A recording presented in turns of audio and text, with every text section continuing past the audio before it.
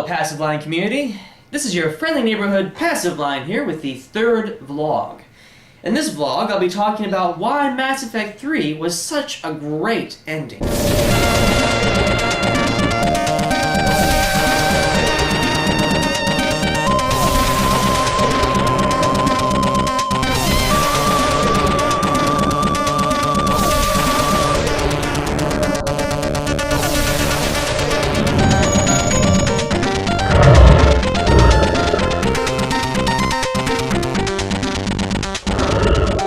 Think of it like this.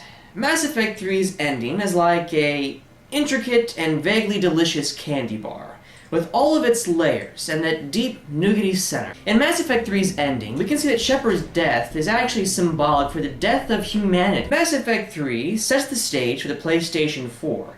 Now, a lot of people would argue against that because the PlayStation 4 has still yet to come out and hasn't been released. In a very similar way, Mass Effect 3's ending still hasn't ended. It's with the new DLCs, it just doesn't seem to stop. Just take, for example, Liara's tentacles and how they intricately weave in and out, just like Mass Effect's storyline does. Now, you can see this because when Joker makes note of Liara's tentacles and whether or not they move, we can tell as the gamer that we are moved by the story. Alright, big guy. What do you call it when a Turian gets killed by a horrible spiky monster?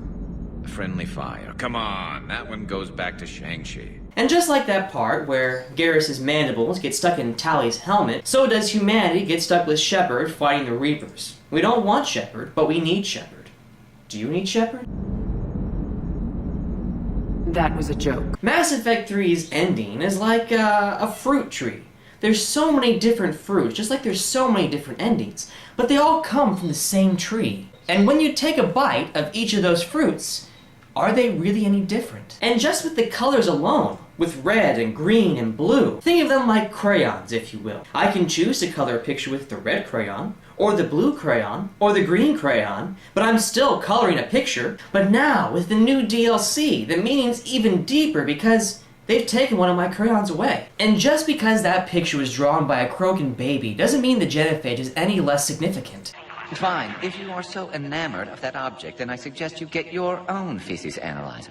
Now, I'm sure a lot of you remember that one secret mission where you find the only male Asari in existence. I'm Commander Shepard, and this is my favorite store on the Citadel.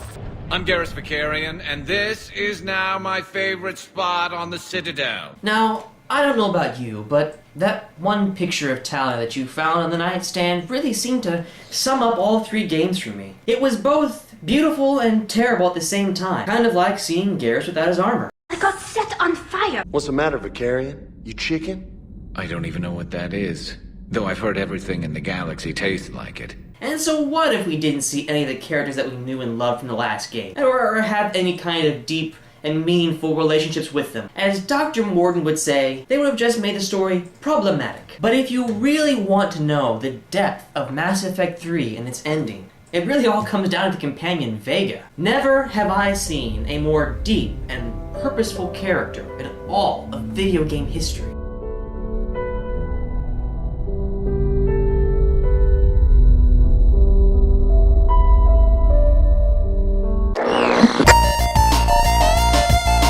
These new Sony Slim PlayStations that are about 500 gigabytes are running for the same $300 price as their old 320 gigabyte, slightly fatter predecessor. Actually symbolic for the depth of humanity. Hell,